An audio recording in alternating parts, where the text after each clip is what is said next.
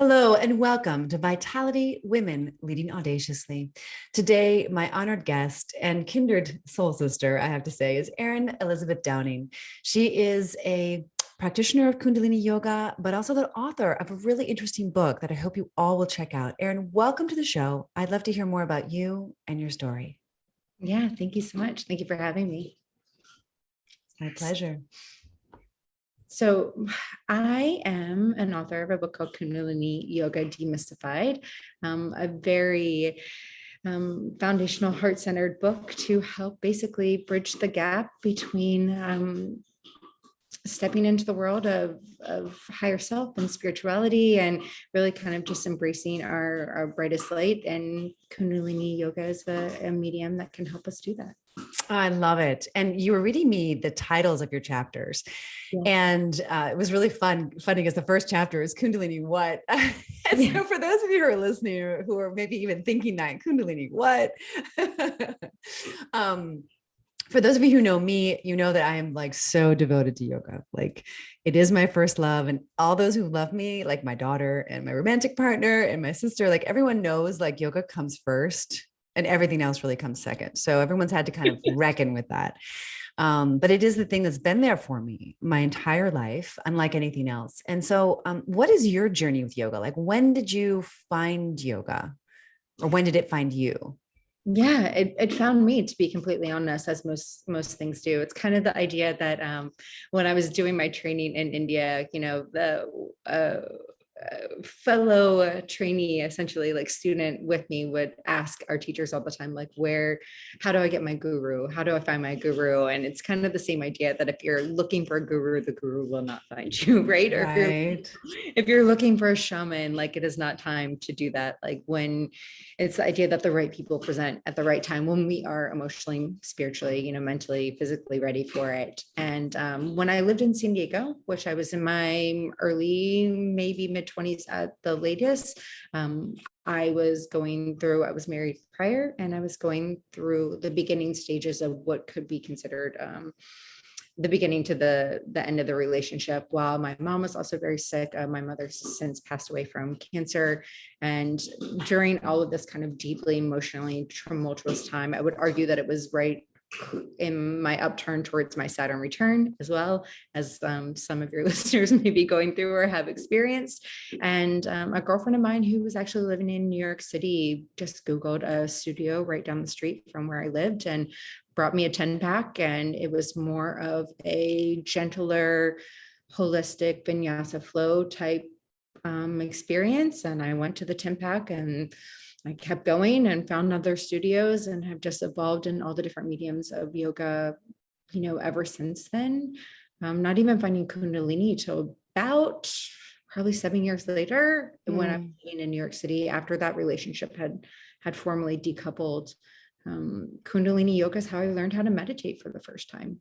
Even all those years prior, 7, 8, 9 years of yoga, on a regular basis prior to then, I still just couldn't figure out how to quote unquote quiet my mind. And I think that barrier to entry alone is one of the most important things, is that you don't actually need to quiet your mind, right? It's embracing the chaos that's running underneath at all times. You bring up a really good point. My teacher has always said that he thinks, meditation is a bunch of bullshit. Actually, he's very non-PC.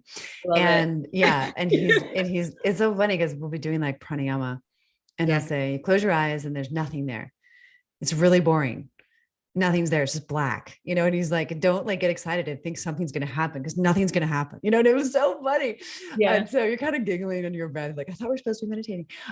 Because we know now peer-reviewed research is showing meditation is key. 100%. Suicide anxiety is an all-time high. Like people are a wreck. Their nervous systems are eroding. Like we're in a pandemic and crisis of sorts of our nervous system.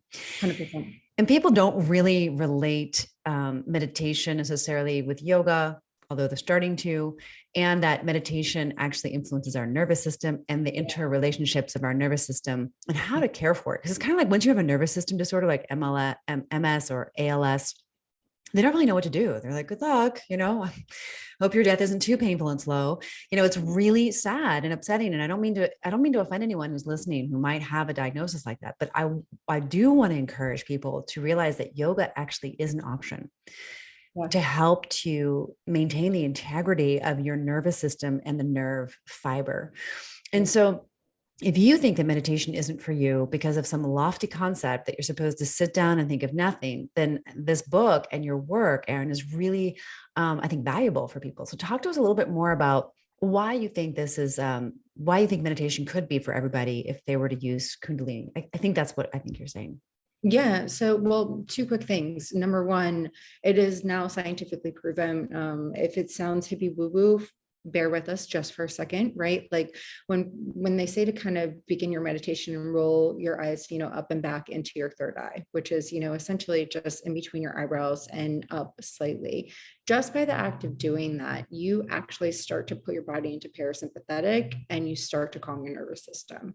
Even before you do nothing else, there is the act of actually rolling your eyes upwards and backwards that completely connects to a different part of your nervous system and within all the cranial sacral connections within your body that puts you into that state. So even at the very least, if you're sitting at your desk, if you're sitting in your car, you're starting to feel overwhelmed, by taking that yogic science technique of just kind of gazing upwards into your third eye, you start to regulate your nervous system in a way that can be profoundly effective.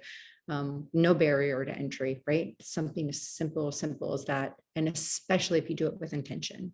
Right? Yeah. And I love that you said the word science, because yoga actually is a science. Absolutely. What we have translated here in the West is some version of what yoga is intended to be. And that's neither good, bad, right, or wrong.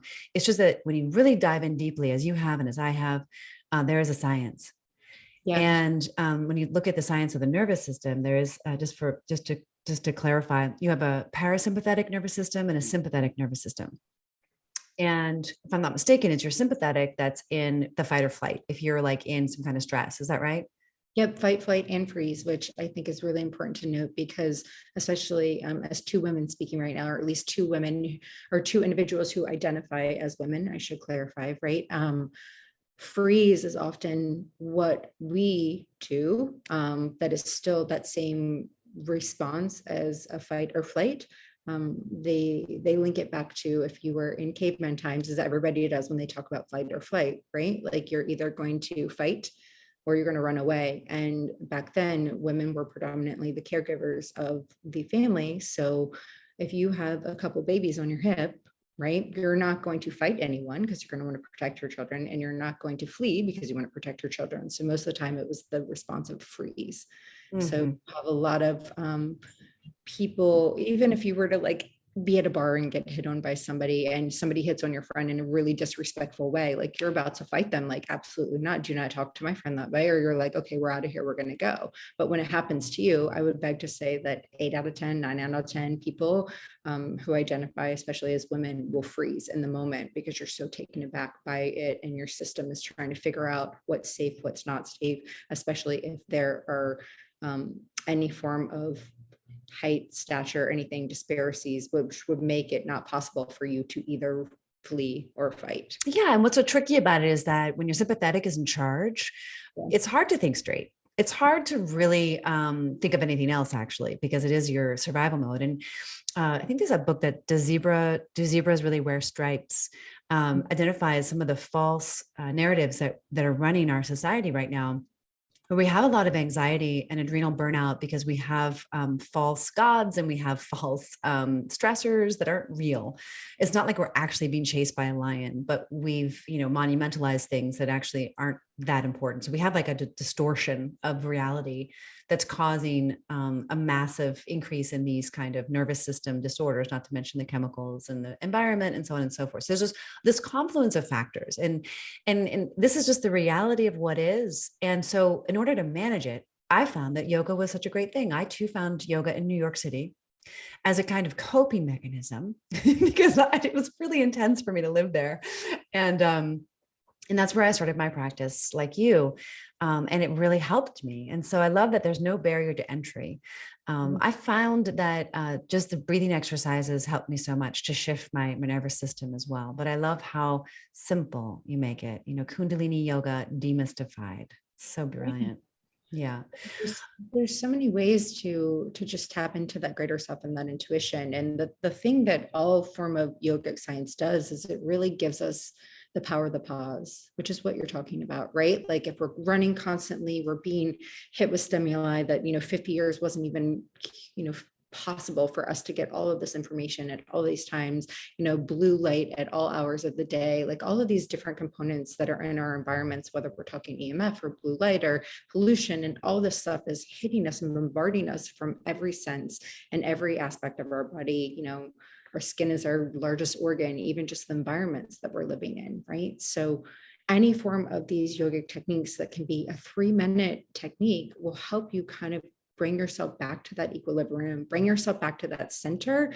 And the more you do it, the more you cultivate that power of the pause, which is so incredibly beneficial, because instead of like writing the email and hitting send, maybe you still get all of the verbal whatever out of your body, or anger or frustration and stuff that you need to get out. And then you have the pause to be like, wait, let me take a walk. Let me do whatever. Let me do a quick breathing technique. And then you come back to it with a clear head, and maybe you don't actually send it. And you start to slowly, minute by minute, day by day, come at all events in your life, interpersonal, professional, romantic, platonic, any which way that you can interact, be it internally, even with yourself, by first having a moment to breathe and cultivate that pause so that you become proactive instead of reactive, which is just as important with our own internal dialogue. I would argue that every single one of us would never say 99.9% of the things that we say to ourselves to anybody. I know, right? It's true. It's true. And in the pranayama practice, there's the 3 parts: inhalation, the retention, and the exhalation. And not always in that order per se, but the retention is like that pause. As you were speaking, I was just reminded of the power of the retention and that inner expansiveness that occurs inside of the retention. And we're doing it all the time. We may not be aware of that retention, but there are little pauses. And if we can acknowledge them, like you're saying, with intention, it actually is a really extremely powerful practice that can permeate your entire life and change it completely. Absolutely. I mean, there's a whole chapter in my book dedicated to quote unquote breathing like a yogi. And it even talks about, right nostril breathing versus left nostril breathing, and what's cooling and what's heating, and even breaks it down so that, if you're, one of the things I find in the health and wellness industry, there's so many amazing people. Now I live in LA, I'm in Southern California, you're in California as well. There was a long time when I was living in New York City, and in the middle of the winter, like right now we're recording in January, right? This end of January, February time is the coldest of the year in the Northeast. It gets brutally chilly. And I was following all of these people and looking to these recipes and stuff for like a cold green juice, right? And things like this, like you're supposed to drink smoothies every day and raw salads. And a lot of times like your body can't do that in the dead of winter. It's kind of the Ayurvedic science, which goes hand in hand with all of the yogic sciences, talking about eating with the seasons and what's local.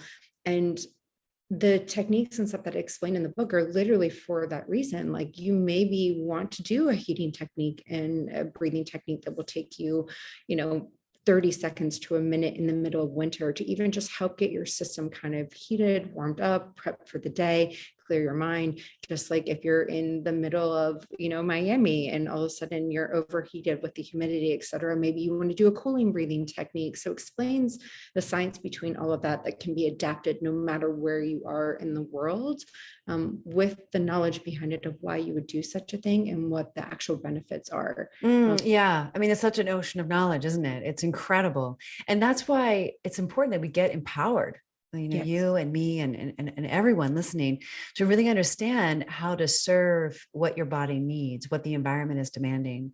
Because it's true, if it's freezing in my house, I do not want to drink a green juice that's freezing cold. Like it's just not resonant in that moment for me.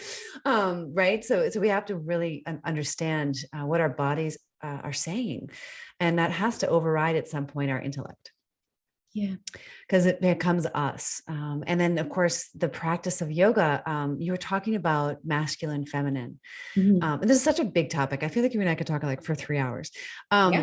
But so you said that there's a whole chapter devoted to masculine, feminine, because when we talk about right nostril, left nostril, cooling and heating, that's also masculine and feminine, right? Masculine being the heat, feminine being the cool, at least based on what I've learned. Yeah. So tell me more about the cultivation of masculine and feminine energy. Sure. I mean, I talk about it a lot in the book because I believe it's so immensely important, even as, so I'm a deeply feeling, highly sensitive, big-hearted human being, right? But I lived in New York City for a really long time and in a predominantly male-dominated field. And I mean male-dominated, not just in how a person was born into this world, but also the energy behind it, right?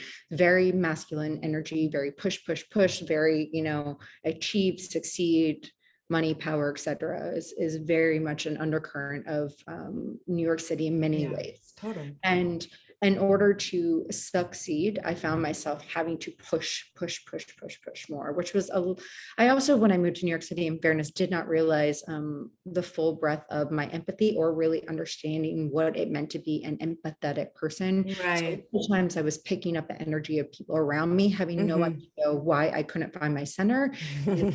A huge part of that was because it wasn't my center I was paying attention to. I was feeling and absorbing the energy of others around me. Yeah. So when we talk about the masculine and feminine, each of us, regardless of how we identify with however we incarnated into this, planet at this exact moment in time, has a masculine and feminine energy. It's Shiva, it's Shakti, it's, yin, it's yang, it's the positive, like neutron, electron, right? Like everything, the sun and the moon. The sun is represented through all cultures and lineages as more of the masculine, heating, warming energy. The cool, the moon, the feminine is more the waves, the emotions. It's just like when we talk about a woman's cycle, it is her moon cycle, right? So we talk about, and a woman's cycle is exactly 20. I mean, in theory, every female cycle is different, or womanly cycle is different, but it is about 28 days, which is pretty much exactly what the cycle of the moon is, right? So we're so in tune on so many different levels, biologically, intuitively, spiritually, with all of these different modalities, right? And Kundalini is really, really, really big about balancing the masculine and the feminine. It is one of the things that is the source of our greatest power, is being able to dip into both of those energies, regardless of how you identify at any given time, and find the balance and being able to sway between one or the other. Just to give a brief history of what actually Kundalini energy is and where it lives. Kundalini energy is represented as a snake coiled 3.5 times, and where it's said to live and seat is right below our root chakra. So that foundational, secure root chakra is red. It is our safety. It is our security. It's being able to have food, water, shelter, right? It's our foundational basic needs, and it sits underneath that. And in the yogic science, there are these energy centers called the chakras, and within them, kind of these, I like to think of it, when you look at an image of a brain, and there's all those components that look like, when the wires fire, right? They look like the neurons, the synapses in between the neurons. 100%. So when I think of the nadis, because we have thousands and thousands, tens of thousands, 22,000, right? Yeah. And it's so interesting because I went and studied in India, and like one of my teachers gave me an exact number, and somebody else gave me a percentage. So there's 20,000 and change, right, of these. And our three most important ones are the Ida, the Pingala, and the Sushumna. The Sushumna is the nadi that goes literally directly through every single chakra, right in the center. And one is a masculine energy center, and one is a feminine energy center. And of those three, they connect. The Sushumna connects to every single nadi at one point, and every single nadi connects in at least one of the 7 chakras. So when we're balancing the masculine and feminine, we're literally balancing every single energy center of the body that extends to every component, every energetic body all at once. And the Kundalini energy is the rise of that snake, If you've ever seen a picture of a catechist, right, the image for that is on every medical staff, right, the medical Mhm. staff that has Mhm. the curves. If you look at almost every single one of them, that medical staff is representative of the Sushumna, the center main nadi, and there are usually two snakes hitting each one that are the Ida and the Pingala, the masculine and the feminine, and they hit almost every single time with the correct number of chakras as well. It's amazing, right? Every culture, every religion, Yeah. the staff of life, the medical, pharmaceutical, like it's just, yeah. I mean, it's kind of unpleasant to think about snakes, and it's a lot of language, and Sanskrit can be alienating, and I get all that, but like actually, I mean, it's just a beautiful, like if nothing else, we have this channel of light Yeah. that circulates around our spine, Yep. and everyone is so essential to tune into that and just visualize it, Yep. and to bring the light in, and to know the power that exists inside of all of us. And that is our electrical system. And the concentration of our nervous system is right around the spinal cord as well. So going from, something that might be an image, to actual like bones and flesh and nerve fiber, like it's all connected. And at the very minimum, we can envision, right, that there's a channel of light that circulates around our spine. Would you, I don't know, or maybe have something to add to that? Yeah, I think the most important part is just all the points that we talked about, that it's all related. It doesn't matter whether you're in medical school right now or a doctor of 30 years, right? Like when you start to think about these components, all of these different religions and spiritualities and medicinal terms, and, like whether you study acupuncture or you like, there's so many different components and different ways of looking at things, and they all have the same fundamental components to them. They're just spoken in different ways, or maybe Yes.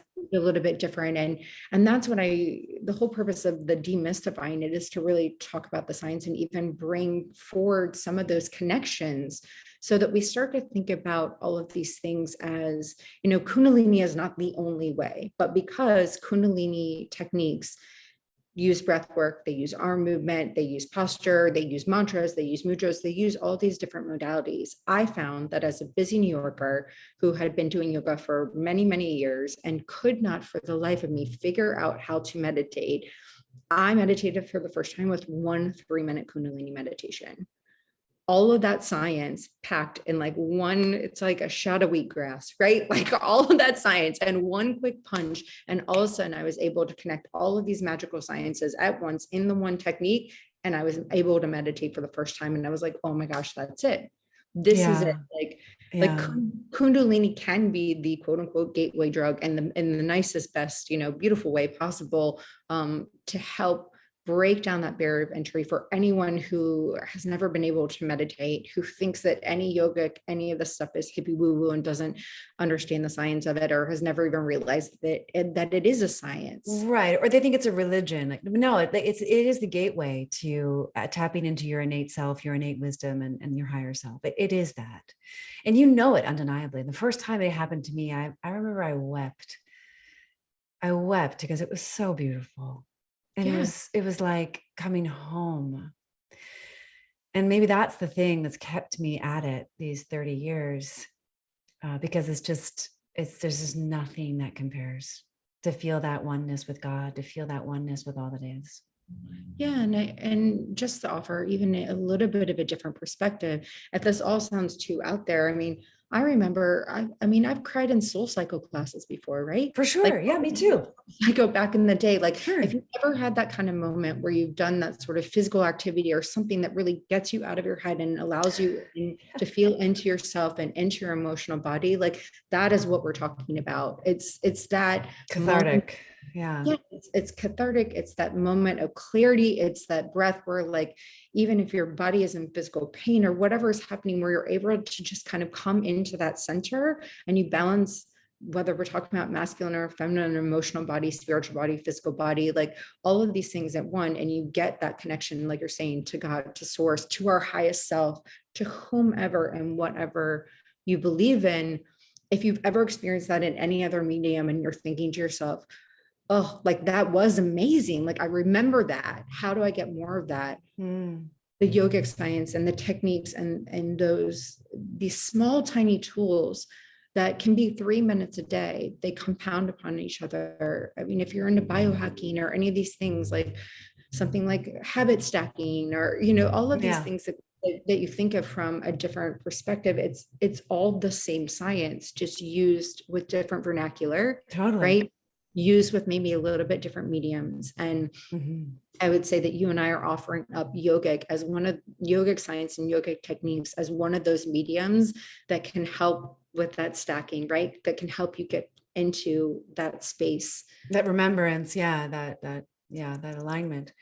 Hey, so just curious, like, what does your practice look like? I know we're kind of like out of time now, but I really want to know, like, what your practice looks like, day to day, just managing your life.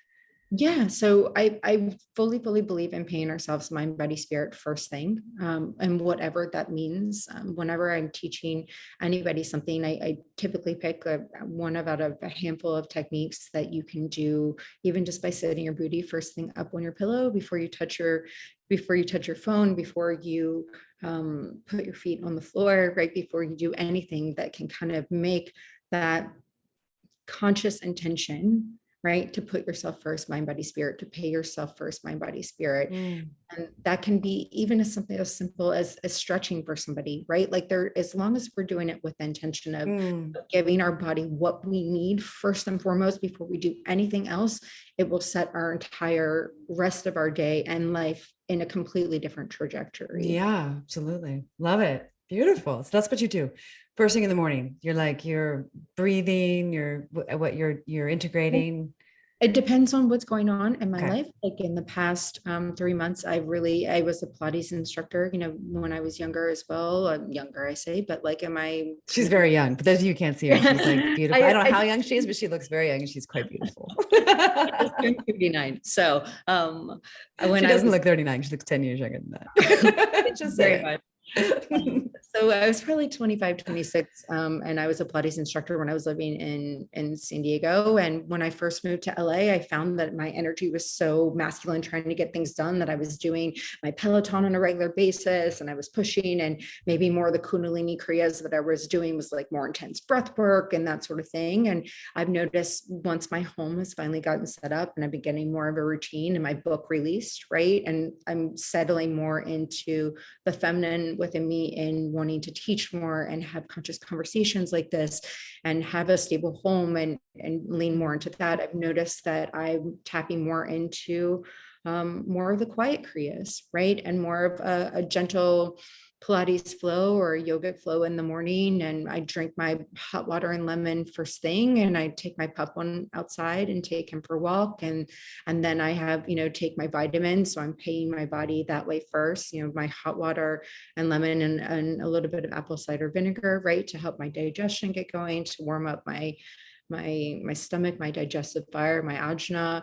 And I start to just pay myself first, even in that simple of an intention of before I start doing coffee, or any of that, I'll have some water and I'll take my vitamins and I'll drink my hot water and lemon. So I'm Beautiful.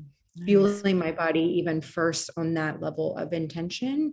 And I'm sure that there will be a time where I start to want to push my body a little bit more, and I'll continue to cultivate those practices, but maybe it'll be a little bit more aggressive. Maybe I'll do some burpees, like who knows, right? But Right. Yeah, yeah. The time and a place for sure. And the stage. Yoga for me yeah, today is really different than it was 10, 20 years ago. Really different.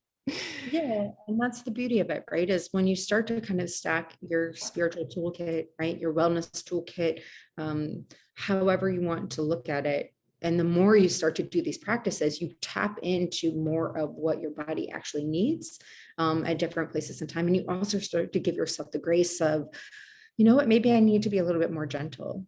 And that's okay. I don't have to push all the time, because maybe the pushing is what's actually depleting me. What if I get a little bit softer, and then maybe feel into it and are like, okay, I can do something a little bit more aggressive. I can exert a little bit more energy, or maybe I need to burn off a little bit more energy. And you can kind of take all of these techniques and ebb and flow and create a consistent practice that even if the techniques differ from day to day, you're still creating that intentionality behind each one of the actions that you take. Yeah, I love that. You said fuel your body with intention, fuel your life with intention. And I think that is the biggest takeaway that I have in my yoga practice. Isn't just an hour and a half here and there every day, or multiple times a day. It's infused into life, and it doesn't have to be separate from it. And I love that you brought that to our attention.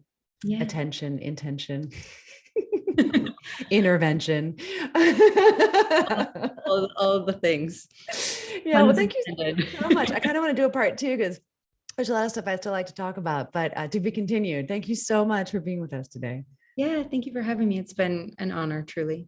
So check out your book. Where's the best place to find it? Pretty much anywhere books are sold, but in this day and age of where people are not going out to all the things, Amazon is the easiest. And of course, if you like it, I would love for you to share it and or write a review.